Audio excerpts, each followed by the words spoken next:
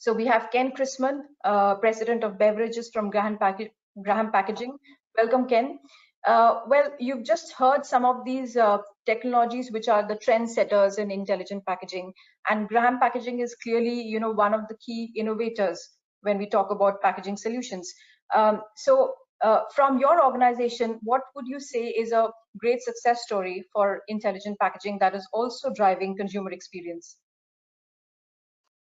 Well, Didi, it's great to be here. And there's a couple of things that we're doing. It's interesting, right? When you talk about intelligent packaging, we tend to think a lot about digital in all of this. And there's some great components here. But the first thing I want to talk about is something that's a little bit simpler. It's a product that we've developed that is essentially using rPET, which is recycled PET, to make an aluminum can, but an alternative to an aluminum can.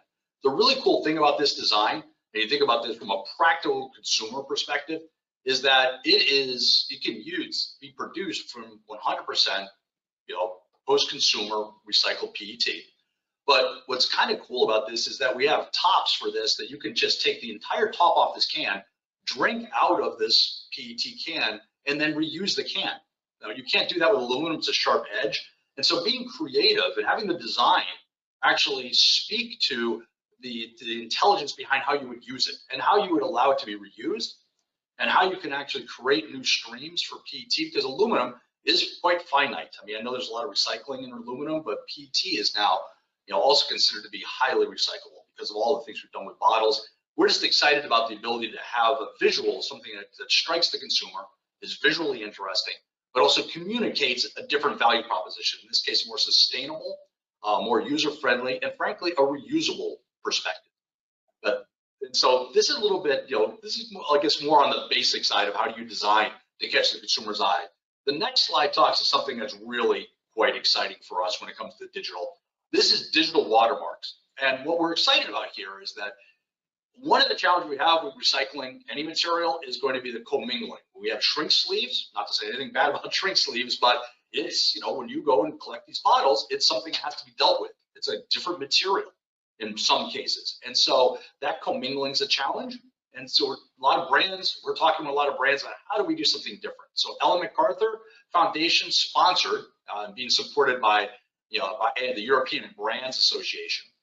How do you put essentially a clear, almost an invisible watermark, digital watermark on these containers, so that if you took a smartphone and you passed it over, even if it was in the store, you can actually see, it's almost like, it's virtual reality. You can see what all the important consumer components are to this.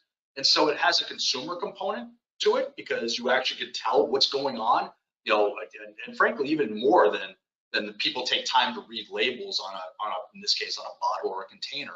Beyond that, it's extraordinarily helpful when it comes to post-collection sorting. So when we go through a process, PET tends to be quite readily mechanically recycled, but the sorting processes in many of these operations is where we see some challenges.